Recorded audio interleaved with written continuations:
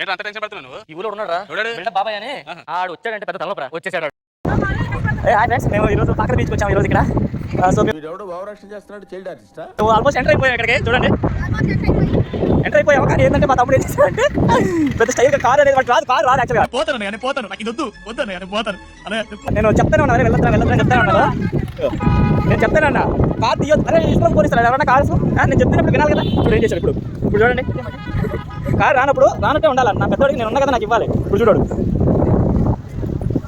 ఏం చేస్తాను. చూడు అవసరం ఇవన్నీ వీడికి చెప్పినప్పుడు వినాలరా. చెప్పు. నేను నా పాడికి నేను పోతా అన్న. డ్రైవర్ ఎక్కాడు కానీ కార్ రాదు. ఇప్పుడు షో చేస్తాడు. ఇప్పుడు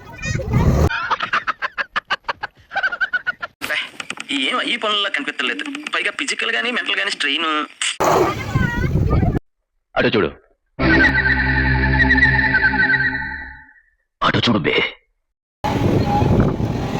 అన్నా ఎవరితో మాట్లాడుతున్నావు? తెలిసే మాట్లాడుతున్నావా?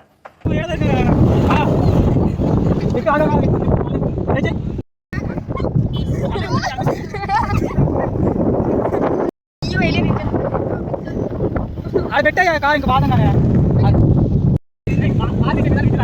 డ్రైవర్ లెక్క